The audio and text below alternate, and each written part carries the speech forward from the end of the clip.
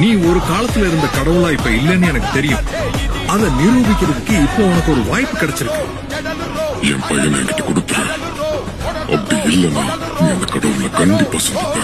Hi guys, இந்த character யாருக்கு நம்ம எல்லாருக்கும் நல்லா தெரியும். காட் ஆஃப் வாரில் வர கேரக்டர் தான். அந்த கேரக்டர் தான் நம்ம 1 ஃபீட்டில் பண்ண போகிறோம்.